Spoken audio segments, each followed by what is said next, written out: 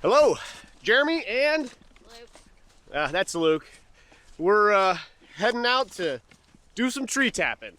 It's another beautiful Saturday morning here in St. Clair County, Michigan.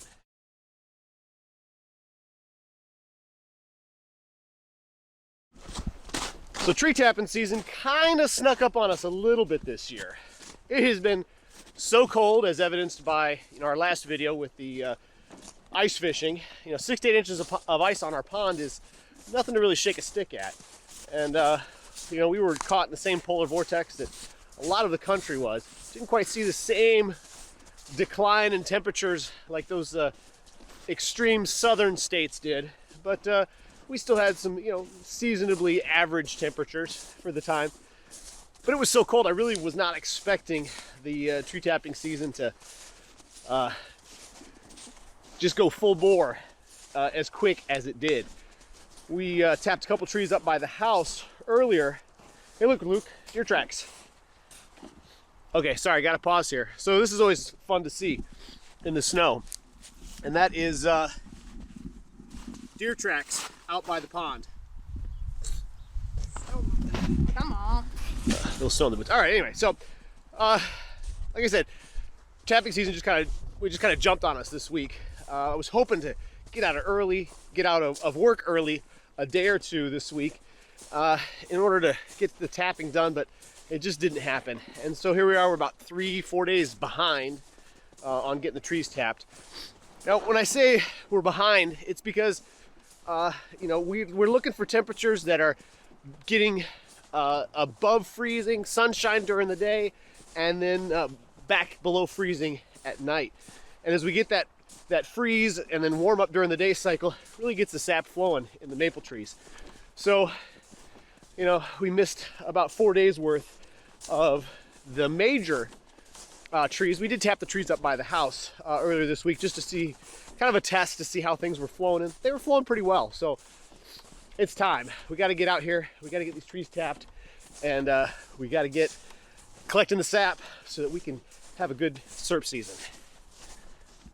And we got like a little deer superhighway going on back here, and these aren't just itty bitty deer paw prints. These are some pretty big prints. Let me show you guys what I'm talking about. Luke, stop stepping on the deer prints.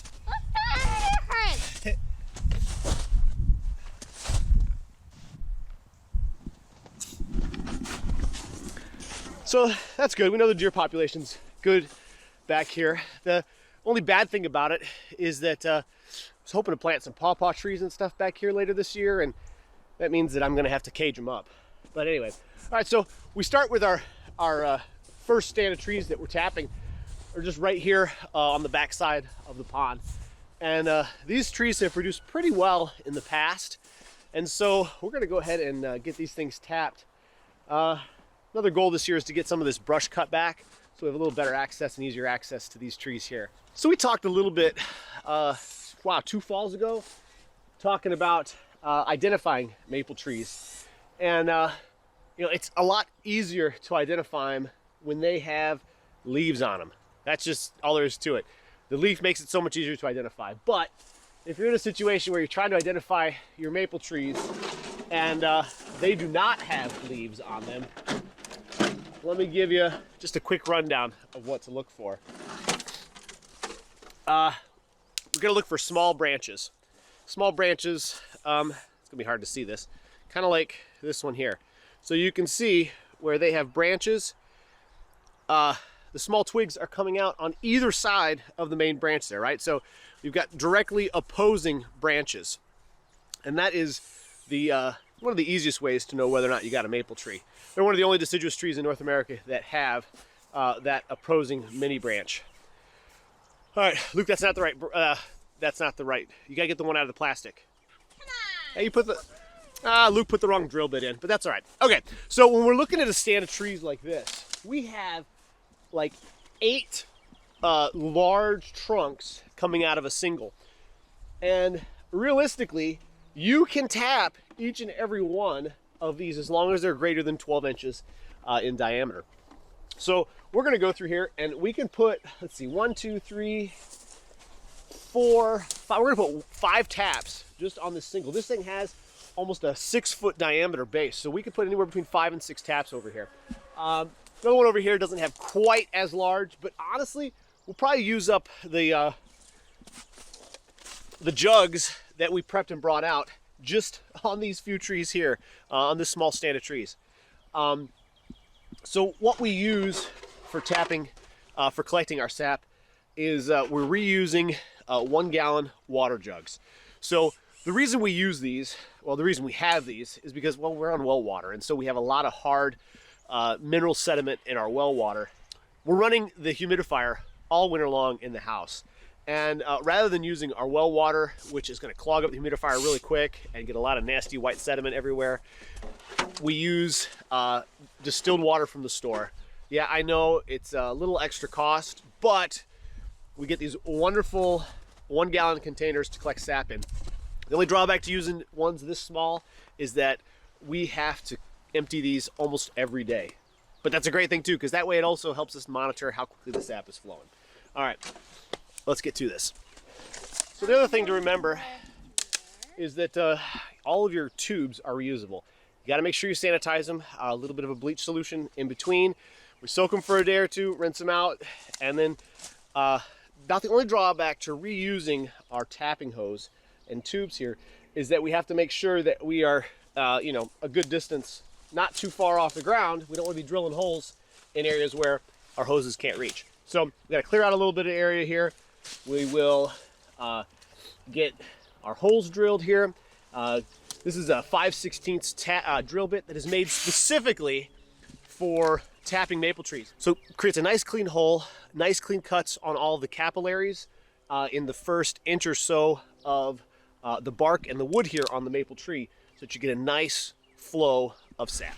All right, so the most important thing is to drill in and out. You want to get it nice, one clean motion in order to make sure you get a good clean hole.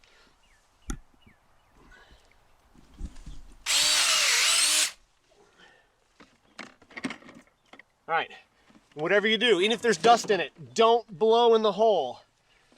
Trees are just like humans. You get bacteria in them, you get an infection.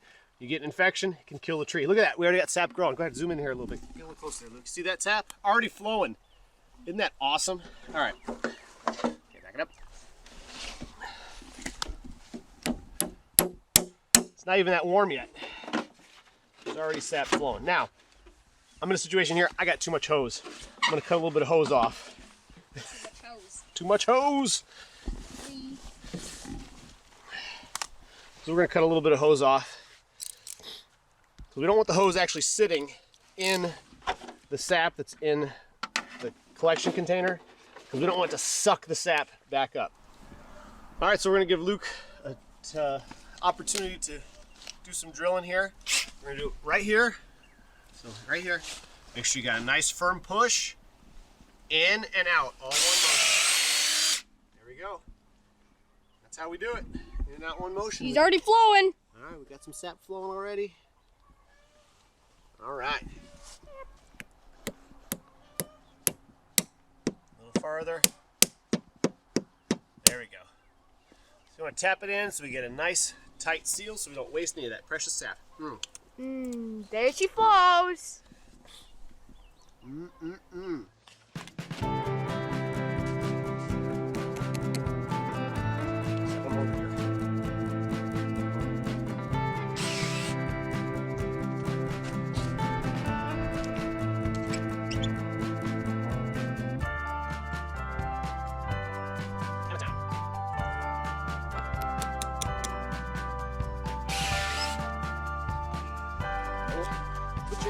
Nice and clean.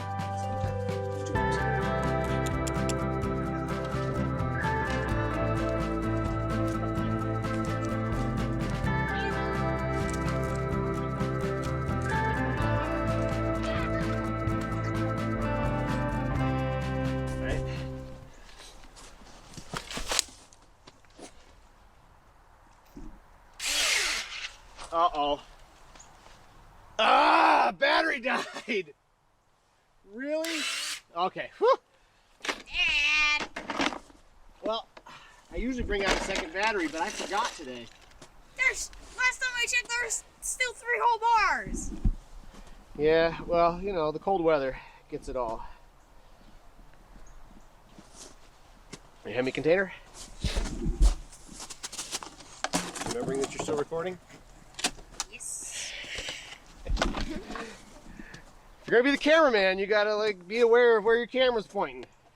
My camera's pointing at you. Well, it wasn't when you picked up the container. Aye. With this guy. Where'd the hole go? Oh, there it is. Anywhere. A hole disappeared magically. It's like camouflage. There we go. One more. All right, so this will be the last tap we're going to put in our property today. We set a total of 13 taps, and if all goes well, we should be getting 13 gallons of sap a day, which will equal about 1.5 quarts of syrup once it boils down. So we'll get this last tap in, and that will be it for today.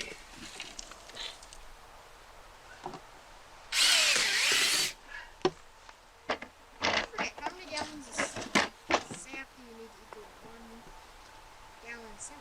Well, if you have 100% sugar maple, it can be about 40 gallons of sap to equal 1 gallon of syrup. Good science lesson. Yeah, right? But if you're like us and you're dealing with some silver maples along with sugar maples, well, sometimes it can be upwards to 60 gallons of sap to 1 gallon of syrup. So that's why we have to tap a lot of trees. We're really thankful that we've got some friends that have some neighboring property that allow us to come and tap so that we can, you know, reach our quota of syrup, because we use a lot of syrup in this house. So it was a little overcast when we started tapping, but we might get a little sun this afternoon, so the sap should really start flowing. But here is the third one that we set, and just in about 15 minutes. That's the amount of sap we've already gotten. Now, not a lot, but as the sun gets out and gets a little brighter, we should be collecting about 1 gallon out of each one of these taps a day. And that wraps up our tapping on the property today.